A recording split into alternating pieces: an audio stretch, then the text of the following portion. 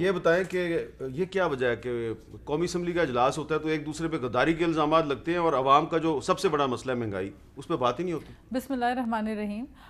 حامد میر صاحب، بہت ہی افسوس ہوا آج دوبارہ پارلیمنٹ کے اندر جو ہم نے رویہ دیکھا اور جس طرح سے اپوزیشن کو دیوار سے لگایا جا رہا ہے.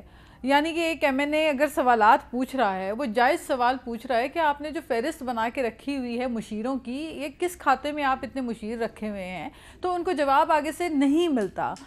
دیکھیں، کویسچن آنسر کا بھی ایک پروسیجر ہوتا ہے، بڑی محنت سے ہم جمع کرواتے ہیں سوالات. ایک تو سیشن ان کی مرضی سے بلائے جاتے ہیں اچانک راتوں رات، اور اس کے بعد most of the time bulldoze ہو جاتا ہے سارا پروسیجر. جب سوال آتے ہیں تو ایک ایم این اے حق رکھتا ہے پوچھنے کا کہ میرے سوالات کا جواب مجھے چاہیے. اس کے اوپر اگر آپ اس کو اگنور کریں گے، دیوار سے لگائیں گے، جوابات نہیں دیں گے، تو ڈیفینیٹلی ایک ریئیکشن آئے گا سامنے سے. بات یہ ہے کہ جب وزیر اعظم صاحب کے آج کے بیانات میں نے سنے تو نہ تو مجھے حیرت ہوئی، نہ تعجب ہوئی، اب تو افسوس بھی نہیں ہوتا، کیونکہ اب عادت سی ہو گئی ہے ان بیانات کی. یعنی کہ اپوزیشن جیب کترے، جیبیں آپ عوام کی کاٹ رہے ہیں، جیب کترے اپوزیشن ہو گئے. اپوزیشن چور، چینی چوری آپ کی صفوں میں بیٹھے ہوئے ہیں چینی چور، لیکن اپوزیشن چور.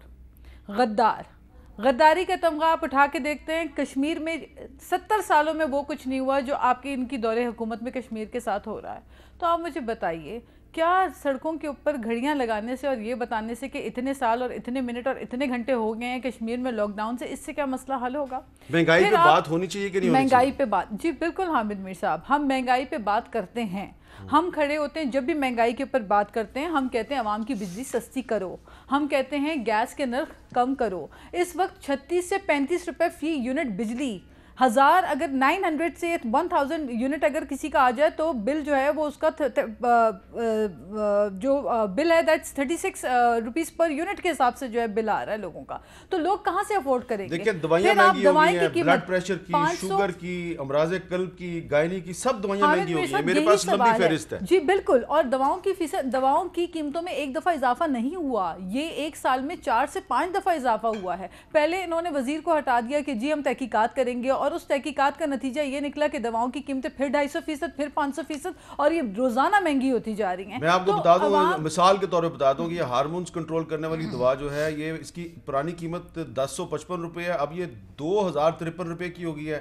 مثانے کے علاج کی دوا پرانی قیمت 1541 روپے ہے، نئی اس کی قیمت جو ہے وہ 1080 روپے، یعنی کہ پورا ہی 500 روپے کا اضافہ کر دیا گیا. چکن پاکس کی جو ویکسین ہے اس کی پرانی قیمت جو ہے وہ 1800 روپے تھی، یہ 2904 روپے کی ہو گئی ہے. ہیپاٹائٹس بی کی دوائی 1750 سے 3100 روپے کی ہو گئی ہے.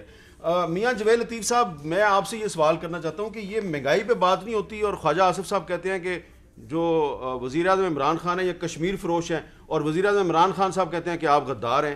تو یہ غداری اور کشمیر فروشی کے الزامات ہیں، اصل مسئلے پہ بات کیوں نہیں ہوتی؟ نہیں حامد میر صاحب، شکریہ آپ کا، مگر بات تو ہو رہی ہے. آپ دیکھیں کہ پی ڈی ایم کا جو مقصد ہے بننے کا، اور 3 ایشو ہیں میجر. ایک ہے آئین قانون کی بالادستی، دوسرا ہے مہنگائی، اور تیسرا ہے قومی لیڈرشپ کے خلاف جو سازش ہوتی ہے، اظہار رائے کی جو پابندی ہے. اب بات سیدھی سی ہے، ابھی آپ نے پوچھا ہے، میرے چھوٹے بھائی ہیں فرق ان سے، کہ مہنگائی آپ اپنے حلقے میں جاتے ہیں تو کیا پوزیشن ہے. انہوں نے کہا کہ ان کے دور میں کاٹن انڈسٹری جو تھی وہ کوڑیوں کے بھاؤ بک رہی تھی، اور آج کاٹن انڈسٹری جو ہے وہ پرافٹ میں جا رہی ہے. ان کو کہیں میں ان کے ساتھ چلتا ہوں یا آپ چلے جائیں. فیصل آباد میں آج بینر لگے ہوئے ہیں کہ آپ نے ایکسپورٹ کر دیا کاٹن کو، اور سپوز اگر آپ نے 100 روپے میں کیا تو آج اس کو 135 روپے میں لینا پڑے گا. اور اسی طرح آپ یہ دیکھیں گندم اور چینی پر جو انہوں نے گھپلا کیا، ان کی نالائکی، نااہلی، بددیانتی کی وجہ سے 405 ارب کا، یہ اعداد و شمار سرکاری ہیں، 405 ارب کا نقصان کیا انہوں نے قوم کا، جو قوم کی جیب سے گیا. اب مجھے یہ بتائیں ایکسپورٹ امپورٹ کرنے پر وہ کس کی جیب میں گیا ہے، یہ ایک الگ انویسٹیگیشن ہے. مگر یہ مجھے یہ بتا دیں کہ 2018 میں جب یہ آئے تھے اس وقت دال، چینی، سبزی، گوشت کا کیا ریٹ تھا، آج کیا ریٹ ہے. اس وقت بے روزگاری کا عالم کیا تھا، آج کیا ہے. آج گیس بجلی کے بل کس طرح لوگ رو کے دے رہے ہیں. اور ابھی جو میں نے اعداد و شمار کا ذکر کیا ہے 405 ارب کا، اس میں میڈیسن پر جو انہوں نے ہاتھ رنگے ہیں اس کا کوئی تذکرہ نہیں ہے. ابھی ڈالر میں جو انہوں نے گھپلا کیا ہے اس پہ کوئی میں ذکر نہیں کر رہا. ابھی جو انہوں نے تباہی کی ہے سی پیک کے حوالے سے اس پہ میں کوئی ذکر نہیں کر رہا. اور جو آپ بات کر رہے ہیں خواجہ آصف صاحب کی کہ انہوں نے کہا ہے کہ جناب انہوں نے مقبوضہ کشمیر بیچا ہے, تو حامد میر صاحب یہ خواجہ آصف کو چھوڑیں, میری بات کو چھوڑ دیں. مجھے آپ اپنے دل پہ ہاتھ رکھ کے کہہ دیں کہ 70-72 سال تو ہم اس چکر میں لگے رہے, قوم کو یہ ہوپ دیتے رہے کہ مقبوضہ کشمیر آزاد ہوگا, پاکستان کا حصہ بنے گا.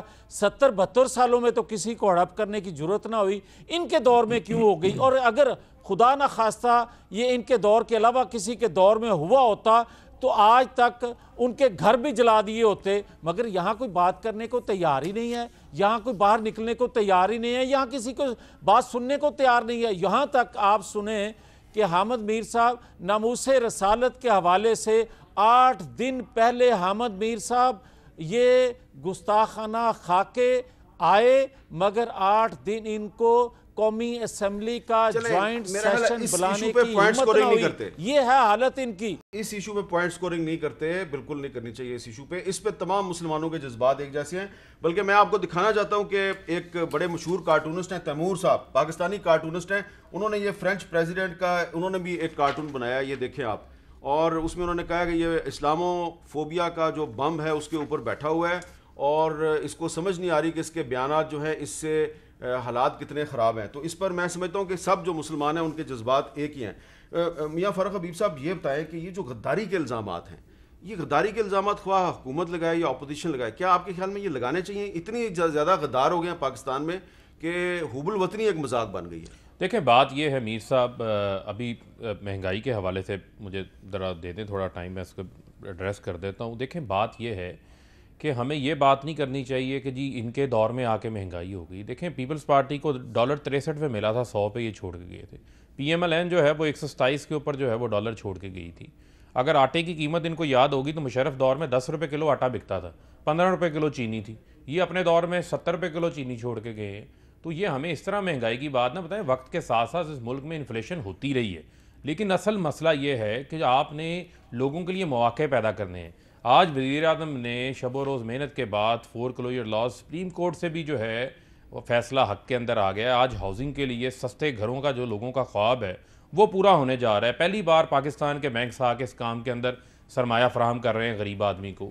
آپ دیکھیں روشن ڈیجیٹل اکاؤنٹ جو باہر سے سرمایہ لوگ لے کر آ رہے ہیں, 25,000 اکاؤنٹس کھل چکے ہیں, 1,000 اکاؤنٹ ڈیلی آ رہا ہے. میاں صاحب آپ کی باتیں ساری ٹھیک ہیں, اگر آپ میں آپ کو یہ کہنے کو یہ کانفیڈنس ہے, اگر آپ اس وقت جتنی یہ حالات برے بتا رہے ہیں اتنے حالات برے نہیں ہیں. انفلیشن فوڈ آئٹمز کا انفلیشن ایک ایشو ہے. آپ اور ناز بلوچ صاحب ابھی میرے ساتھ چلے اسلام آباد کی کسی مارکیٹ میں, راولپنڈی کی مارکیٹ میں, اگر آپ کہیں گے فیصل آباد بھی چلے جائیں گے, لوگوں سے پوچھ لیتے ہیں. نہیں میر صاحب لا کو پتہ جائے. نہیں میر صاحب بات یہ ہے, اب آپ کو میری عرض سن لیں نا, میں آپ کو یہ نہیں, دیکھیں عوام کو بھی ایجوکیٹ ہم نے کرنا ہے نا. جی اب بات یہ ہے کہ یہ بڑا آسان کام ہے, کہہ دینا جی بجلی مہنگی ہے.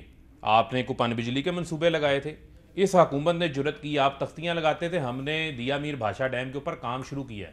12,000 میگا واٹ کے پن بجلی کے منصوبے جو ہے وہ اس حکومت نے شروع کیے ہیں. پن بجلی سستی ہونی ہے, یہ کوئلے کی بجلی, یہ گیس کی بجلی, ڈیزل کی بجلی سستی نہیں ہونی. یہ آپ مہنگے لگا کے گئے تھے بجلی گھر, آئی پی پیز کو کان سے پکڑ کے کس نے ٹیبل پہ بٹھایا؟ ریٹ کون کم کروا رہا ہے؟ وہ عمران خان کروا رہا ہے. مافیاز کو ہاتھ کون ڈال رہا ہے؟ عمران خان ڈال رہا ہے. اس کے نتائج آئیں گے, مثبت نتائج آئیں گے, آپ کو نظر آئیں گے وہ نتائج, اور اس کا ٹریکل ڈاؤن کب تک افیکٹ عوام کو جائے گا. کب تک یہ اسی سال کے اندر انشاءاللہ, یہ میں آپ کو بتا رہا ہوں, اس کا سال کے اندر, یعنی کہ اسی سال کے اندر اس کا ٹریکل ختم ہو رہا ہے, آگے نومبر اور دسمبر 2 مہینے کے اندر ڈاؤن افیکٹ جو ہے وہ عوام کو جو ہے وہ نظر آنا شروع ہو جائے گا. اور دیکھیں گیس کے حوالے سے آپ مجھے بتائیں, یہ قوم سے معافی نہیں مانگیں گے جنہوں نے سوئی گیس انڈسٹری کو دینے کی بجائے CNG گاڑیوں کے اندر جلا دی پکڑ کے؟ مجھے بتائیں پوری دنیا میں کہاں پر ہے؟ کتنا بڑا, ہم سچ نہیں بولتے نا, سچ بولیں, لوگوں کو بتائیں کہ ہم نے قوم کے ساتھ ظلم کیا کیا ہے. آج ہمیں گیس جو ہے وہ مہنگی LNG جو ہے وہ امپورٹ کرنا پڑ رہی ہے, ہمارے پاس کیپیسٹی نہیں ہے. آپ 4 جہاز سے زیادہ ایک مہینے کے اندر جو ہے وہ آپ کا کارگو ٹرمینل ہینڈل نہیں کر سکتا. لوگوں کو سچ بتائیں, سیاست نہ کریں. یہ ایک منٹ مجھے آپ یہ بتائیں, یہ آج اسمبلی سے بائیکاٹ کر کے چلے گئے. اسمبلی میں جب بات ہونے لگتی ہے عوامی ایشوز کے اوپر, یہ اسپیکر کے ڈائس کا گھیراؤ کرتے ہیں, گھیراؤ کر کے سیٹیاں بجانا شروع کر دیتے ہیں. کویسچن آورز کا بائیکاٹ انہوں نے خود کیا, جو ہمارا معزز ممبر ہے اس وہ کا بھی جواب ہمارا آپ بھائی لیں ہے، کیوں کیا جی آپ ہم نے اس کا بھی حامد احترام میر کریں. بائیکاٹ صاحب، کیا میں اپنے بھائی کی باری باری ہر سوال کا جواب دوں گی. جب سوالوں کے جواب نہ آئیں تو پھر بائیکاٹ بنتا ہے. دوسری بات میں آپ کو یہ بتاؤں، یہی کہتے تھے نا کہ جب مہنگائی ہوتی ہے حکمران چور ہوتے ہیں، جب مہنگائی ہوتی ہے تو حکمران کرپٹ ہوتے ہیں، جب مہنگائی ہوتی ہے حکمران نااہل ہوتے ہیں. جن کے گھر میں دانے ہیں نا حامد میر صاحب، ان کو تو حالات بہت اچھے لگ رہے ہیں، لیکن وہ جو ملازمین آگ کے سراپائے احتجاج تھے بغیر کسی سیاسی جماعت کا جھنڈا لیے پارلیمنٹ کے باہر، ان کو آپ نے بھی دیکھا تھا اور میں نے بھی دیکھا تھا. ریڈیو پاکستان سے جن لوگوں کو راتوں رات آپ نکال کے باہر پھینک رہے ہیں، بے روزگار لوگوں کو کر رہے ہیں. 1.5 کروڑ سے زیادہ لوگ آپ نے بے روزگار کر دیے 2 سال میں آتے ہی. آپ نے تو 1 کروڑ نوکریاں اور 50 لاکھ گھر دینے تھے نا. ایک گھر بھی بتا دے جو اس حکومت نے بنایا ہو. صرف جھوٹے وعدے، صرف عوام کو سبز باغ دکھانا. اس کے علاوہ انہوں نے کیا کیا ہے؟ روٹی کے لیے نان بائی کہہ رہے ہیں 30 روپے کی کرنے لگے ہیں. تو جن کے گھر دانے ہیں وہ تو فروخ حبیب جیسی باتیں کرتے ہیں کہ حالات بہت اچھے ہیں، every thing is very good, ہم نے تو بڑے جو ہے وہ پہاڑ سر کر دیے ہیں. لیکن آپ ان سے پوچھیں کہ کیا آپ جن کو چور ڈاکو ڈکیت کہتے تھے، آج 17.6 بلین ڈالر کی آپ نے ایکسٹرنل ڈیٹ مزید آپ نے نہیں عوام کے اوپر لاد دیا؟ پوچھیں ان سے کہ کتنا آپ نے قرضہ چکایا اور کتنا اس میں سے مزید آپ نے عوام پہ بوجھ ڈال دیا. پھر اس کے بعد یہ مجھے بتائیں کہ آپ کی جو لارج سکیل مینوفیکچرنگ انڈسٹری ہے جو 70% آپ کا ریونیو جنریٹ کرتی ہے، اس میں آپ نے کتنی لوگوں کو جو ہے نقصان پہنچایا. بے روزگاری ہو گئی، انڈسٹریز آپ کی شٹ ڈاؤن ہو گئی. بجلی کی قیمتیں آپ کم کریں، آپ گیس کے نرخوں میں جو ہے کمی کریں. دواؤں کا آپ نے ذکر کیا، پینشن میں 1 روپے کا اضافہ نہیں ہوا، لیکن جو بزرگ لوگ دوائیں استعمال کرتے ہیں وہ اپنے بچوں کی شکلیں دیکھ رہے ہیں، وہ دوائی نہیں لے پا رہے. آپ نے حامد میر ذکر کیا صاحب، ریڈیو یہ پاکستان گراؤنڈ کے ملازموں ریالٹیز کا، ہیں. ٹھیک ہے. میاں جویل الدین صاحب، چھوٹا سا سوال ہے، اس کا صحیح سا ٹو دی پوائنٹ جواب دیجیے گا. دیکھیں، آپ ہیں قومی اسمبلی کی اسٹینڈنگ کمیٹی فار انفارمیشن کے آپ سربراہ ہیں. ریڈیو پاکستان سے لوگ نکالے جا رہے ہیں، پاکستان ٹیلی ویژن سے لوگ نکالے جا رہے ہیں. یہ آپ کا کام تھا کہ آپ کی اسٹینڈنگ کمیٹی جو ہے اس ایشو کو ٹیک اپ کرتی. آپ تو لاہور میں بیٹھے ہوئے ہیں، تو اجلاس اسلام آباد میں ہو رہا ہے قومی اسمبلی کا، آپ لاہور میں بیٹھے ہوئے ہیں. تو کیا یہ اچھی بات ہے کہ آپ اپوزیشن سے ہیں اور چیئرمین ہیں اسٹینڈنگ کمیٹی فار انفارمیشن کے، اور آپ لاہور بیٹھے ہوئے ہیں؟ حامد میر صاحب، اس سے پہلے بھی حکومتیں آئیں، حکومتیں بنتی رہتی ہیں، مگر مسائل حل بھی ہوتے ہیں، پینڈنگ بھی رہتے ہیں. مگر حامد میر صاحب، جو حکومت یہ کر رہی ہے، میں نے پچھلے 35 سالوں میں ایسا نہیں دیکھا. آپ یہ بتائیں کہ ان کے اپنے منسٹر انفارمیشن جو ہیں، میں اب کسی کا نام نہیں لوں گا، 3-4 کیونکہ بدلے ہیں، ان کا اپنا کہنا تھا کہ جو آپ کہہ رہے ہیں پی ٹی وی کے ملازمین کے حوالے سے، یہ فروخ حبیب تو ابھی بنے ہیں اس کمیٹی کے ممبر، ناز بلوچ جب سے کمیٹی بنی ہے اس وقت سے ممبر چلی آ رہی ہیں. ان سے پوچھیں، میں پوری ذمہ داری سے آپ کو یہ کہہ رہا ہوں. وہ کہتے ہیں کہ جی پی ٹی وی کا چیئرمین، پی ٹی وی کا ایم ڈی ہمارے بس میں نہیں ہے، یہ اوپر سے لگے ہوئے ہیں اور لگائے گئے ہیں. اس کے علاوہ آپ 20-20 لاکھ روپیہ، 15-15 لاکھ روپیہ لوگوں کو سیلری دی جا رہی ہے. اور ریڈیو لوگوں پاکستان والوں کا تو بولے نا. دیکھیں، آپ کا کام ہے کہ ریڈیو پاکستان سے لوگ نکالے گئے ہیں، آپ کمیٹی کا اجلاس بلا کے ان کی بات سنیں. آپ ہے ہی نہیں، آپ لاہور بیٹھے ہوئے ہیں. میں آپ کو پہلے کہہ رہا ہوں کہ یہ پچھلے ہم 1.5 ماہ سے لگے ہوئے ہیں کہ کمیٹی کا اجلاس بلایا جائے. اس کے علاوہ بھی بے شمار ایشوز ہیں جن پہ بات کرنی ہے، اور پچھلی کوئی میرے خیال 4-5 اجلاس ہو چکے ہیں. ان میں ان کو پوچھا جا رہا ہے کہ آپ کس حیثیت سے، کس وجہ سے لوگ جو 50-50 ہزار روپیہ دوسرے پرائیویٹ چینل سے لے رہے تھے ان کو آپ 5-5 لاکھ روپے پہ آپ نے رکھا ہوا ہے. حبیب صاحب، آپ بھی اس کمیٹی کے ممبر ہیں. یہ کیوں لوگوں کو، یعنی آپ کی گورنمنٹ جو ہے جب پی ٹی آئی حکومت میں نہیں آئی تھی تو آپ کہتے تھے ہم لوگوں کو نوکریاں دیں گے، 1 کروڑ نوکریاں دیں گے. آپ لوگوں کو نوکریوں سے نکال رہے ہیں. امیر صاحب دیکھیں، بات یہ ہے آپ نے نوکریوں کے جو ہے وہ مواقع پیدا کرنے ہیں. اگر ریڈیو پاکستان سے لوگوں کو فارغ کیا گیا ہے تو ریڈیو پاکستان کی، میں نے تو لاسٹ ایک پہلی جس طرح میٹنگ میں نے اٹینڈ کی تھی اس کے اندر بھی ریڈیو پاکستان کے کچھ مسائل سامنے آ رہے تھے. مالی مسائل تو پاکستان کا کون سا ایک ایسا ادارہ ہے جس ادارے کو جو ہے یہ ٹھیک کر کے گئے ہوں.